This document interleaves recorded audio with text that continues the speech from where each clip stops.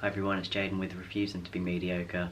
Today I wanted to discuss how your goals and your emotions are linked together and how to use your emotions to help you stay on track with your goals, how to set more, maybe even bigger and more powerful goals, and maybe what's been holding you back from achieving the goals that you said that you'd maybe do last year when it was New Year or any time throughout the year. I want to start with, what would it make you feel in a good way of achieving the goal? So focusing more on the pleasure that you will get with achieving the goal. So for example, feeling more energetic, healthy, more confident about your body. If your goal is to lose weight, gain weight, change your body in some way, or just doing consistent exercise, what will that make you feel in a good way? So refocusing on the pleasure that you get from achieving that goal, or taking action towards that goal. But secondly, the pain that you will get if you don't take action. So how will it make you feel? So will it make you feel disappointed in yourself? You're kind of letting yourself down. Who else are you letting down by not following through with that goal? This was something I really took with doing Date with Destiny with Tony Robbins, was focusing on the consequence of not achieving a goal. That was really motivating for me, especially focusing on goals that I had set and not took action on, and like what was the consequences that I'd experienced like over the years with not taking action. Really focusing on those. I even wrote them down, really felt the emotions for the consequences of not taking action on those goals. I found that was really helpful and motivating to stop procrastinating, as well as tying it in with the pleasure that I will get from now taking action. And if something that I really noted was that if the pain of taking the action, you perceive the pain of taking the action is like more than the pleasure you'll get from taking the action, or achieving the goal. If the pain outweighs the pleasure, you'll basically will probably procrastinate on that for a long time. It's really shifting the meaning of your perception on taking action.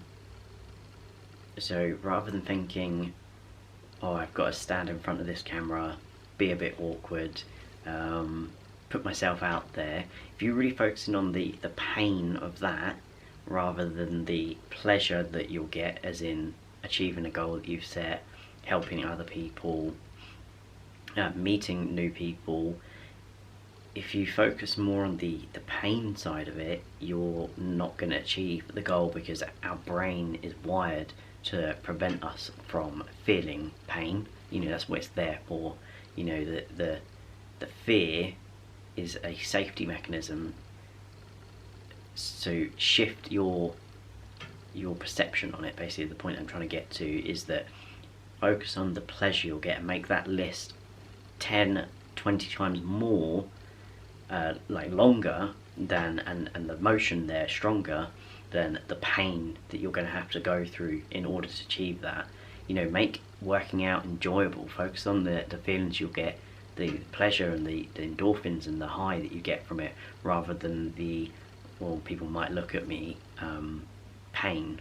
I hope that makes sense. But I also took from it is that you get what you tolerate in life. That again really hit home, is that we will put up and continue to put up with things that we can tolerate. It's only really when that pain moves us in a good way to change. So it's when you really get to that point you've had enough of feeling a certain way or living a certain way, working a certain job, that will drive you to change.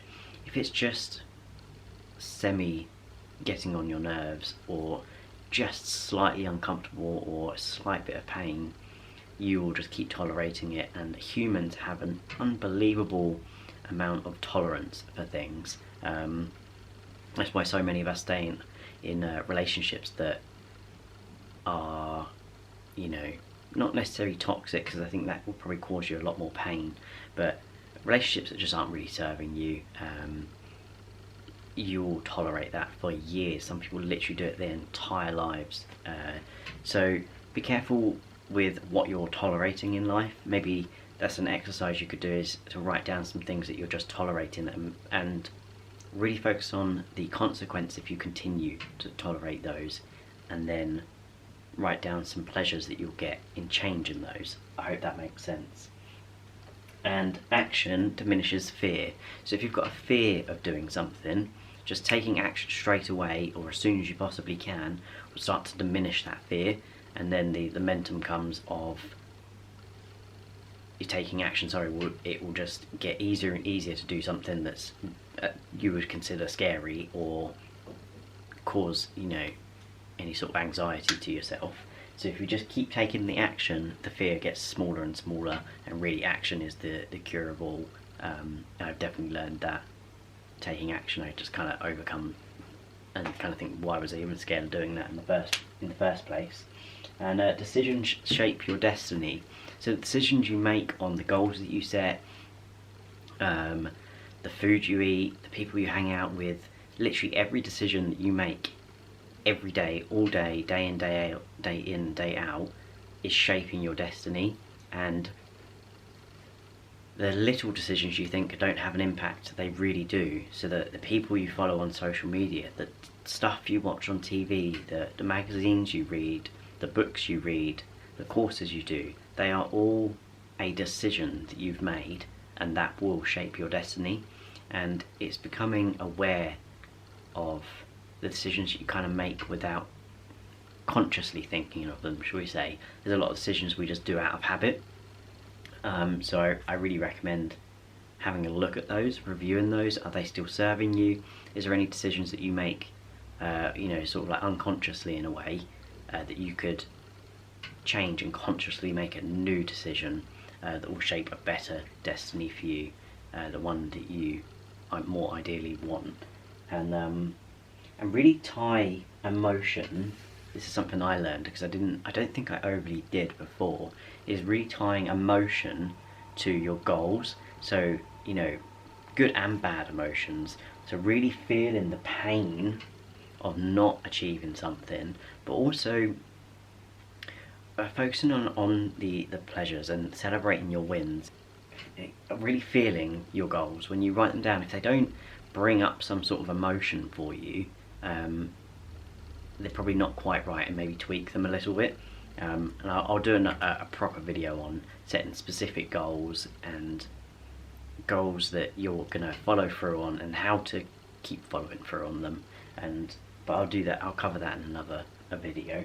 This one was really just to get you to start thinking about the pain and the pleasure responses, and what's that, and how they're tied to goal setting.